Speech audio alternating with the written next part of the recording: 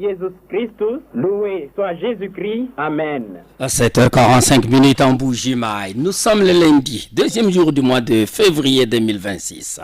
Gédéon Tchouzawa Kaloubi est à la mise en onde, Yannick Kamunga et Jean-Claude Kazadi sont à la présentation. Voici la première édition du journal parlant français sur la radio-télé Fraternité. Les titres.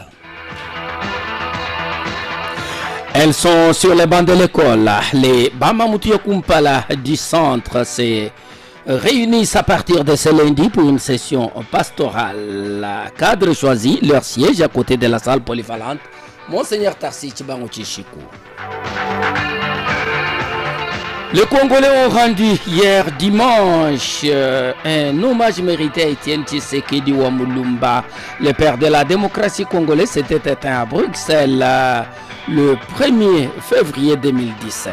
Dans ce journal, l'hommage d'André Kabandakana, DG de la MIBA. Après l'annonce du dialogue national inclusif par Félix-Antoine Tshisekedi Tshilombo, deux réactions fusent de partout. Dans ce journal, celle de la Senco à travers son secrétaire et de l'Amouka. Voilà pour les titres. Dans quelques instants, le détail.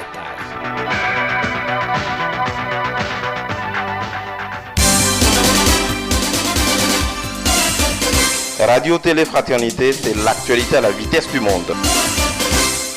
Bonjour mesdames, bonjour mesdemoiselles, bonjour messieurs.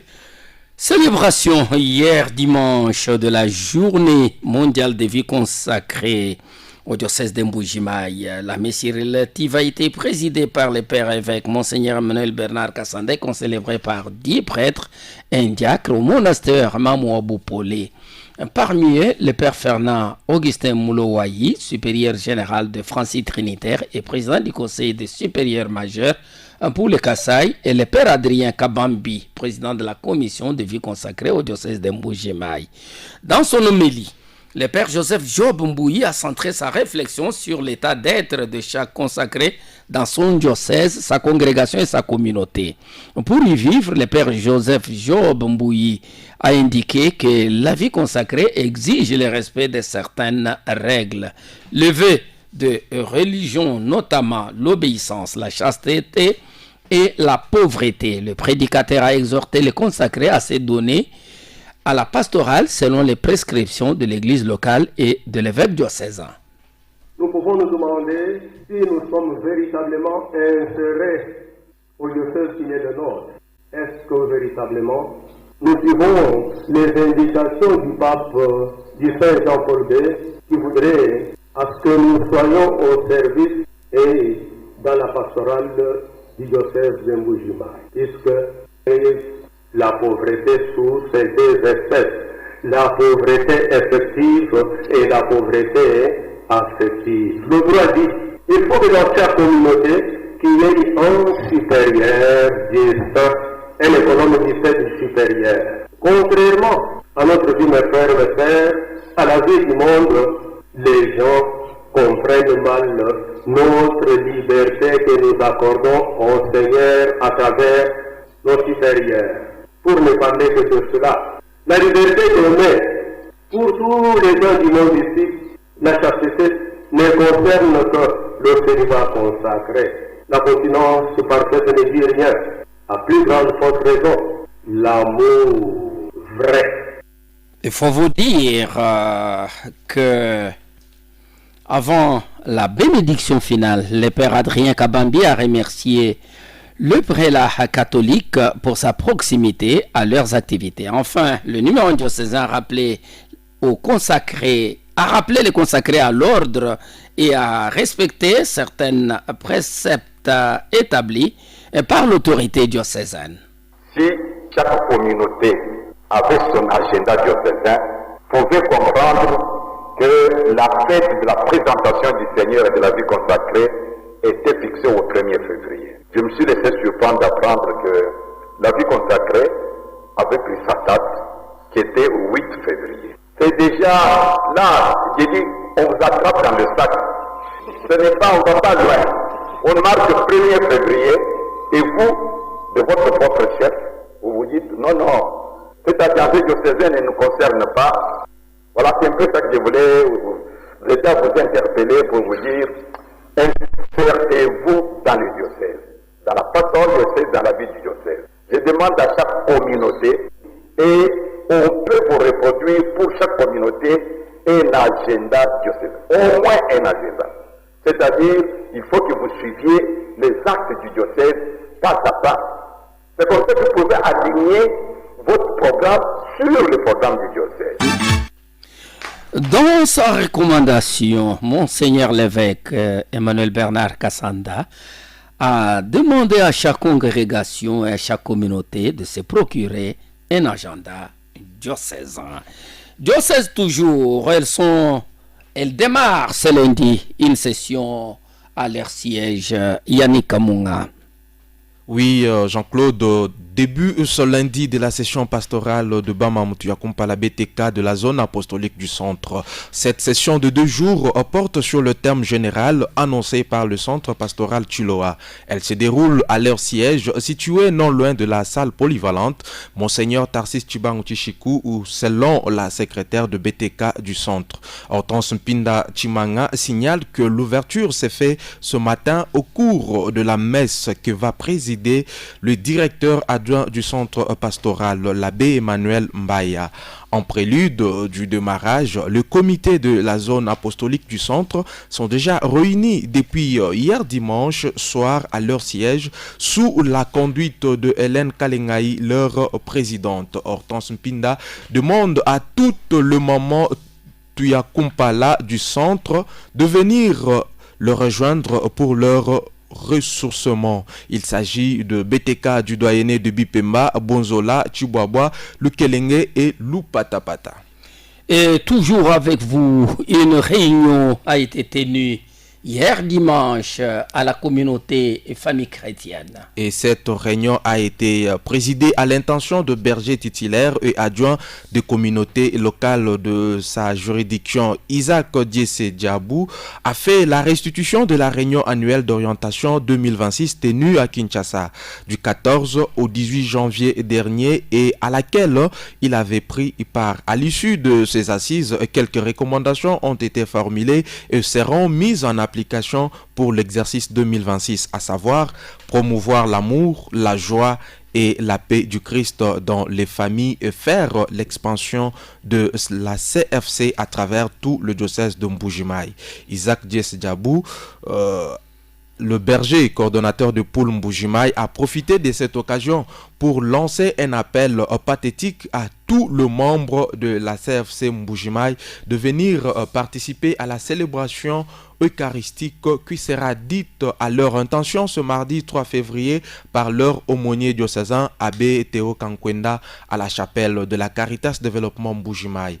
Le berger Isaac Diese informe le membre que la cérémonie d'engagement pour le nouveau berger et réengagement des anciens bergers de la CFC est reportée au 1er mars 2026, signalant que l'enceinte de la cure de Bonzola a servi de cadre à cette réunion. Respiration Gédéon avant d'entamer la page provinciale. RTF. L'actualité, c'est nous.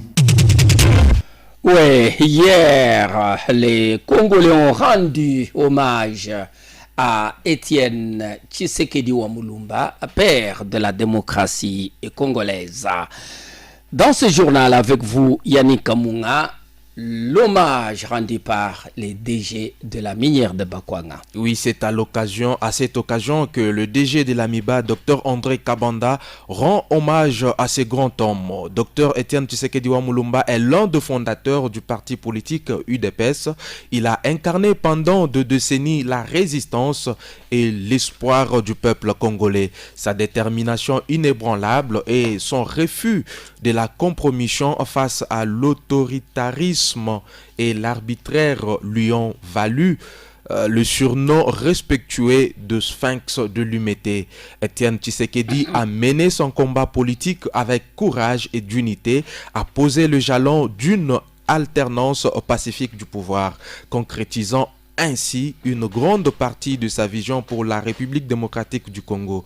Aujourd'hui, l'anniversaire de son départ est un moment de recueillement et de reconnaissance, une occasion pour notre parti de marquer un cours de temps d'arrêt pour s'interroger sur notre loyauté vis-à-vis de cet homme d'exception, sur notre fidélité à l'idéologie nous laissée. Sa flamme doit servir de guide à tous ceux qui œuvrent pour un avenir meilleur de notre pays, la République démocratique du Congo. Ça, sont les déclarations de André Kabanda. Chaque 30 janvier, le monde célèbre la journée de la lutte contre les maladies tropicales négligées en RDC. Cette journée est l'occasion de rappeler l'engagement des autorités sanitaires et des partenaires dans la lutte contre les maladies qui touchent principalement les communautés les plus vulnérables. À cette occasion, le coordonnateur de la lutte contre les maladies tropicales négligées au Kassai oriental, Dr Georges Mbouyi, a indiqué qu'au Kassai oriental, la trypanosomiase humaine africaine, l'onchocercose, la schistomiase, la filariose lymphatique figurent parmi les maladies tropicales négligées les plus répandues. Par rapport à l'ensemble de ces maladies, nous luttons contre les 6 maladies. Dans 2 maladies à la prise en charge intensive des cas. La trypanosomiase humaine africaine, qui est un programme qui lutte contre ça. Nous avons la lèpre, il y a aussi un programme, et nous nous occupons de 5 et de 4 maladies, notamment l'onchocercose, la filariose lymphatique, la schistosomiase et les géolinites. Parmi ces maladies-là, nous avons 2 grandes maladies qui sont présentes dans toutes les zones de santé ou dans toute la province. Nous avons la schistosomiase, qu'on appelle habituellement ici chez nous Biladi. Nous en avons dans toutes les zones de santé, ou soit dans tous les territoires de la province, mais à des seuils différents. Nous avons aussi les géolmentiases, qu'on appelle couramment les vers intestinaux et autres. Nous en avons dans toute la province, mais à des seuils très très faibles. Ces maladies affectent la santé, la productivité et le développement socio-économique de populations rurales. Dr Georges Mbouyi parle ici des conséquences de ces différentes maladies.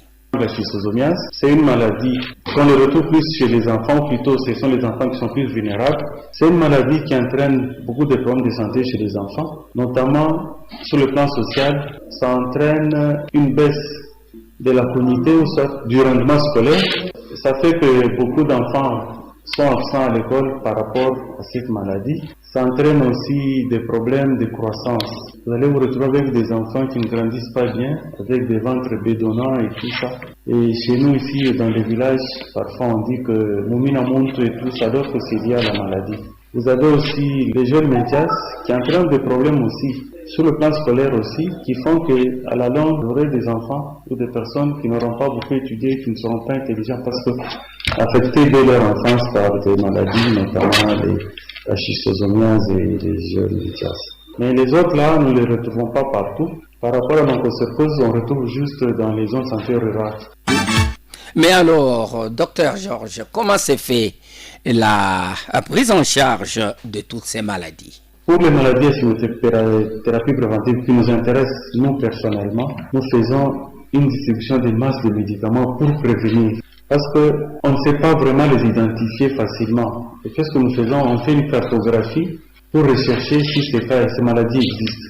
Dès qu'on retrouve que dans ces contrées ou dans telle contrée, ces maladies-là existent, on établit un programme, une intervention, on donne régulièrement des produits pour prévenir. Parce que nous prenons l'exemple de la filariose lymphatique. C'est une maladie qui est dans la population, mais dont on néglige. On n'a pas suffisamment de moyens pour les diagnostiquer. Et souvent, on la découvre quand la personne est au stade de complications. Vous allez vous rendre compte que quelqu'un commence à se plaindre, oh, tu as dit du monde là, un gonflement, et quand il va à l'hôpital, on se rend compte que c'est déjà un stade un peu avancé de lymphoïdème et tout ça. On se rend compte que la personne fait la maladie, ou soit vous avez quelqu'un qui fait l'hydrocèle, et quand il vient, vous vous rendez compte que ça, c'est une complication. Et nous n'avons pas vraiment de moyens qui permettent à rechercher ces maladies-là systématiquement. Et les traitements, nous faisons un traitement de masse où nous donnons l'ivermectine par rapport à l'onchocercose et l'ivermectine associée à l'albendazole quand nous devons lutter contre la filariose lymphatique. Mais pour la schistosomiase, nous donnons les praziquantel, qu'on appelle l'utricide, et pour les jeunes métiers, nous donnons l'albendazole. Autre chose dans ce journal, cérémonie d'échange de vœux pour le nouvel an, samedi dernier au club Fraternité. Cadre choisi, Espace Bénédicte. Le président du club des auditeurs de la radio-télé Fraternité a présenté ses vœux les meilleurs à tous les membres pour cette année 2026. José Mbouyi a appelé tous les membres à mieux travailler dans leurs antennes, chacun à son niveau pour le bon épanouissement du club. Il a invité les membres au respect mutuel et à savoir valoriser chacun dans ce qu'il fait. Tout s'est clôturé dans les réjouissances. Échange également de vœux de nouvel an, c'était le samedi, toujours à l'ITI Nyokop, une école conventionnée catholique une école conventionnée à orientation catholique. La cérémonie s'est déroulée dans l'enceinte de cet établissement secondaire du diocèse de Mbujimai. Alexis Doudou Moulumba, préfet, a remercié tous les corps enseignants, les parents et les élèves pour le climat serein qui règne depuis le début de cette année scolaire 2025-2026. Il a salué la conscience professionnelle et l'abnégation de tous qui permettent le bon fonctionnement de cette école. Le préfet a appelé chacun à intérioriser le mot d'ordre de l'évêque diocésain. C'était de Monseigneur l'évêque Emmanuel Bernard Kassanda de faire de l'école une famille de Dieu. C'était avant de présenter au personnel et à leur famille, aux parents et aux élèves, CV le meilleur pour 2026. Il a émis le vœu de voir l'ITI Nyokop s'est classé toujours parmi les meilleures écoles de la RDC et rayonner toujours plus haut. Tout s'est clôturé dans la convivialité.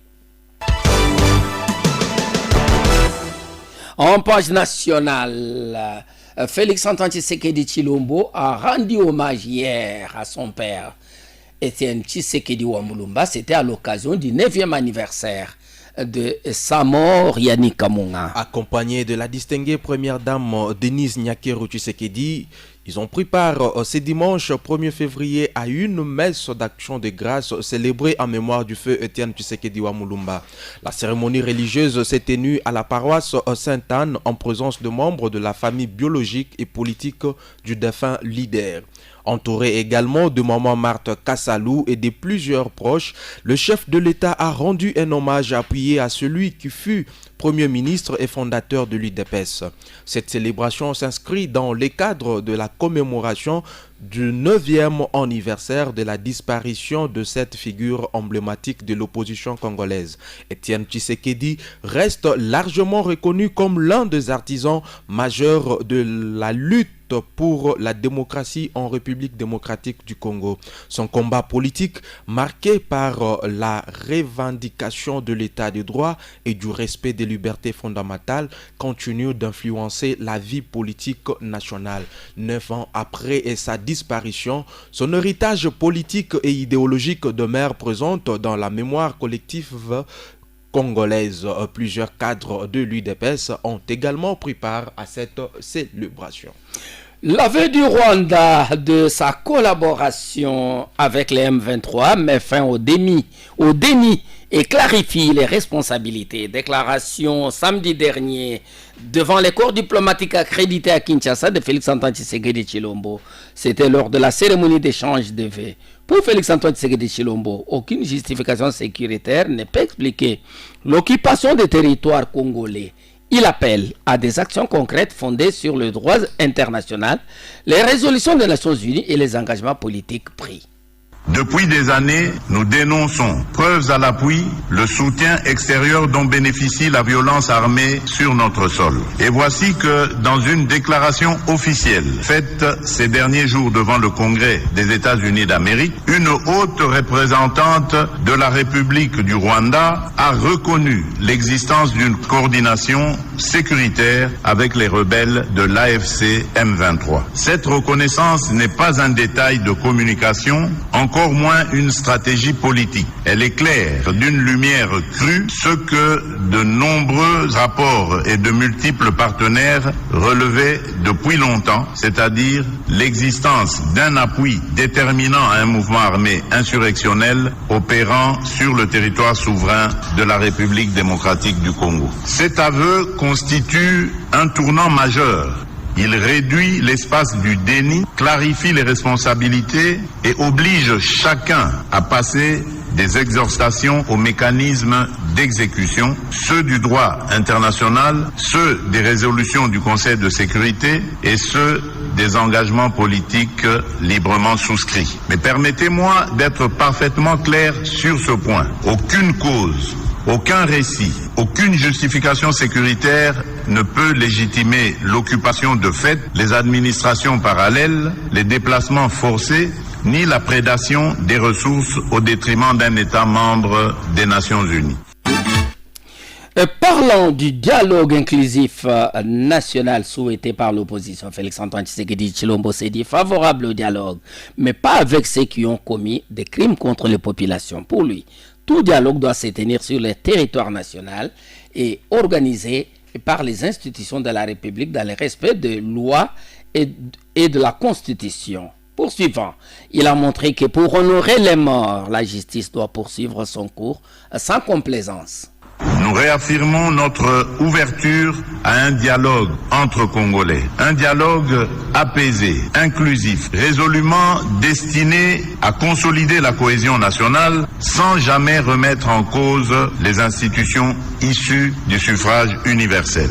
Si ce dialogue devait se tenir, il se déroulerait sur le sol national et serait conduit et organisé par les institutions de la République dans le respect de la Constitution, des lois de la République et des règles démocratiques fondent notre pacte national. Cependant, je le dis avec la même clarté, ce dialogue intérieur, aussi nécessaire soit-il, ne saurait tenir lieu de substitut aux obligations internationales. Il ne peut pas être invoqué pour relativiser une agression, ni pour diluer des responsabilités établies. Comme je l'ai dit lors de mon dernier discours sur l'état de la nation devant le Parlement réuni en congrès, la justice a son cours normal, avec rigueur, jusqu'au bout et sans complaisance, afin d'honorer la mémoire de celles et ceux injustement tombés du fait de l'agression. Donc, dialogue,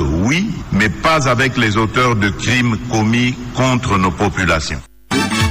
Bien avant, les doyens du corps diplomatique avaient, tout en condamnant fermement l'insécurité qui sévit à l'est de la RDC, exprimé sa solidarité avec le peuple congolais. L'ambassadeur Achida Gassim a dénoncé les soutiens extérieurs au groupe rebelle. Il a qualifié cette violence de tragédie pour l'humanité. Tout au début de l'année écoulée, et précisément en février 2025, la communauté internationale a très bien accueilli l'adoption de la résolution du Conseil de sécurité des Nations Unies 2773, qui est en toute vérité une feuille de route pragmatique et réaliste censée mettre fin aux hostilités à l'est du pays, ouvrant ainsi la voie à une paix durable et soutenue au profit de toutes les populations de la région. S'en est suivi avec beaucoup d'espoir la signature de l'accord de paix de Washington en juin 2025 entre la République démocratique du Congo et le Rwanda, sous médiation américaine. Nous espérons vivement que cet accord aboutisse pour mettre fin au conflit dans l'est de la RDC qui n'a que trop duré. Cependant, il est fort regrettable de constater qu'au moment où les partenaires pour la paix de la RDC multiplie les appels des populations, multiplie les appels à la fin des hostilités qui amplifient malheureusement les souffrances des populations civiles innocentes à l'est du pays.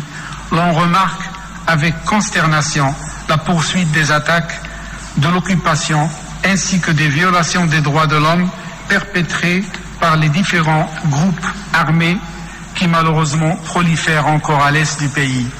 Permettez-moi, Excellence, de vous affirmer encore une fois que nous nous opposons à tout acte d'agression, et de violence, et nous sommes pour le respect de la souveraineté nationale et de l'intégrité territoriale totale de la République démocratique du Congo, et nous continuons à soutenir toute initiative sincère qui va contribuer à l'instauration de la paix et la stabilité dans l'Est du pays. Yannick Kamunga, après l'annonce du président de la République, deux réactions fusent, notamment celle de la conférence épiscopale nationale, la SENCO. Oui, la SENCO prend acte de la volonté de Fachi de convoquer le dialogue national inclusif. Son secrétaire, Monseigneur Donatien Cholet, l'a dit hier dimanche à RFI. Pour lui, il est du droit légitime du président de la République de voir ce dialogue être organisé par les institutions de la République. Écoutons Monseigneur Cholet au micro de nos confrères de RFI. C'est d'abord son droit le plus légitime de dire ce qu'il veut, ce qu'il pense, ce qu'il souhaite de ce dialogue. Je commencerai par saluer l'ouverture qu'il a exprimée au dialogue inclusif. J'ai noté aussi que si ce dialogue devait avoir lieu, ça devrait se passer à Kinshasa, être organisé par les institutions de la République. Il n'y a rien à dramatiser là. Dans tout processus de dialogue, il y a toujours des postures du départ légitimes aux uns et aux autres. Le plus important, c'est que cette ouverture soit accompagnée d'une réelle volonté politique dans ce que nous avons prévu au cas où on devrait accompagner le pays dans ce sens-là. Il y a une étape de pré-dialogue pour essayer de rapprocher le point de vue des uns des autres. Et quelle que soit la structure qui aura à faire la médiation, il devra passer par cette étape-là. S'il y a réellement volonté politique, on va évoluer. Drame samedi dernier. Samedi dernier, d'un train de la Société nationale des chemins de fer du Congo, SNCC. Les faits sont survenus sur le pont de la rivière de Kabanda, entre Kiluba et Makala. Nous sommes à 25 km de Kalemi. C'est le mauvais état de la voie ferrée qui serait à la base de cet accident qui a fait 5 morts et plusieurs blessés. Pour les témoins, la locomotive et quelques wagons sont tombés dans la rivière après avoir pris feu. Confirmation avec le ministre provincial du transport du Tanganyika, Noris Moulongo, et joint par nos confrères de Top Congo. À plus ou moins 25 km de la ville de Kalemi, que le train Bana Katanga avait déraillé et le bilan provisoire fait suite de personnes blessées d'une locomotive qui a pris feu et s'est renversée dans un ravin, une rivière située au pont de Kabanda, village entre Kiluba et Makala. 5 personnes dont 3 hommes et une femme, un bébé. Et 2 hommes ont été calcinés et un bébé. Pour ce qui est du gouvernement provincial, nous avons depuis ce matin dépêché une équipe qui nous a aidé à nous transmettre ou à nous donner les détails de tout ce qui s'est passé. Nous avons assisté quelques personnes qui sont acheminées à Kalemi pour le soin. Et jusque-là, nous continuons à rechercher les corps sans vie et le bilan définitif de demain ou dans les jours, aux heures qui suivent, vous les aurez. Ça en est fini, mesdames et messieurs, de ce radio journal. Au nom de toute l'équipe rédactionnelle, je vous dis merci. Merci au nom de Gédéon Tchounzawa Kaloubi qui était à la mise en onde. Et merci au nom de Yannick Kamunga qui m'a aidé à vous les présenter. On m'appelle Jean-Claude Kazadi Lubilanjo Mutombo. Rappel des titres avant de nous quitter. Elles sont sur les bancs de l'école. Les BTK du centre se réunissent à partir de ce lundi pour une session pastorale. Cadre choisi leur siège à côté de la salle polyvalente Monseigneur Tarsi Tchibangouchi Chipou. Les Congolais ont rendu hommage hier dimanche à Etienne Tshisekedi Ouamulumba. Le père de la démocratie congolaise s'était éteint à Bruxelles le 1er février 2017. Dans ce journal, vous avez suivi l'hommage d'André Kabandakana, directeur général de la minière de Bakwana. Après l'annonce de la tenue du dialogue national inclusif par Félix-Antoine Tshisekedi Tshilombo, deux réactions fusent de partout. Dans ce journal, vous venez de suivre celle de la conférence épiscopale nationale, du Congo, Senko. Portez-vous bien chez vous. Bonne journée et bon début de semaine.